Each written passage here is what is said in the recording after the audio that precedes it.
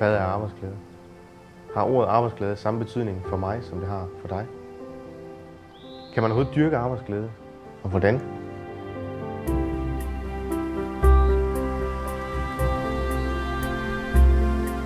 Vi er nødt til at dykke ind i ordet for at finde ud af, hvad det betyder og hvad det rummer. Er der overhovedet en definition på arbejdsglæde? Måske skulle jeg snakke med mine kollegaer om det. Måske er det i virkeligheden der, svaret ligger.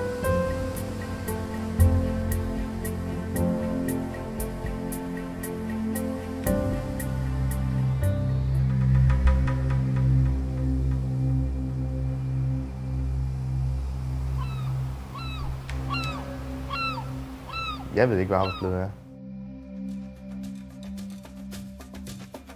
Der er plads til mig her på ungdomskollegiet. Hvem har ansvaret for arbejdsglæde? Jeg får de udfordringer på mit arbejde, som mine kompetencer sådan rækker til. Hvornår er det sjovt at gå på arbejde, når tingene glider nemmest, eller når det er lidt svært? Næsten uanset hvor man befinder sig inde, så er humor et rigtig godt redskab til at gribe rigtig mange situationer an med. Det betyder meget også, at man har det godt med sine kollegaer. Er en synlig leder i virkeligheden mest synlig, når hun er usynlig? Det dræber arbejdsglæden, at hvis der ikke er plads til udvikling, hvis jeg bliver sat i bås.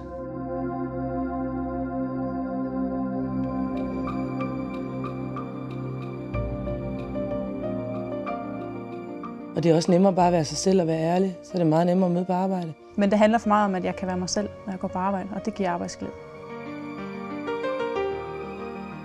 Altså, vi er jo tit uenige, når vi sidder og diskuterer på personalemødet, men alligevel så er vi jo enige om, at vi gerne vil have et godt sted, og der er nogle overordnede ting, vi er enige om. Er det der, arbejdsglæden opstår? I forskelligheden?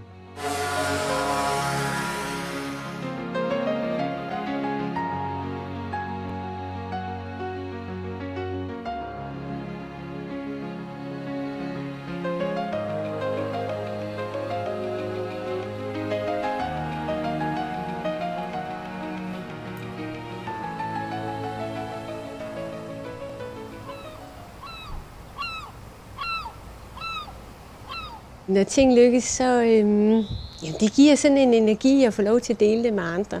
Og så laver jeg nogle gange flyvemaskine. Altså det er en gave.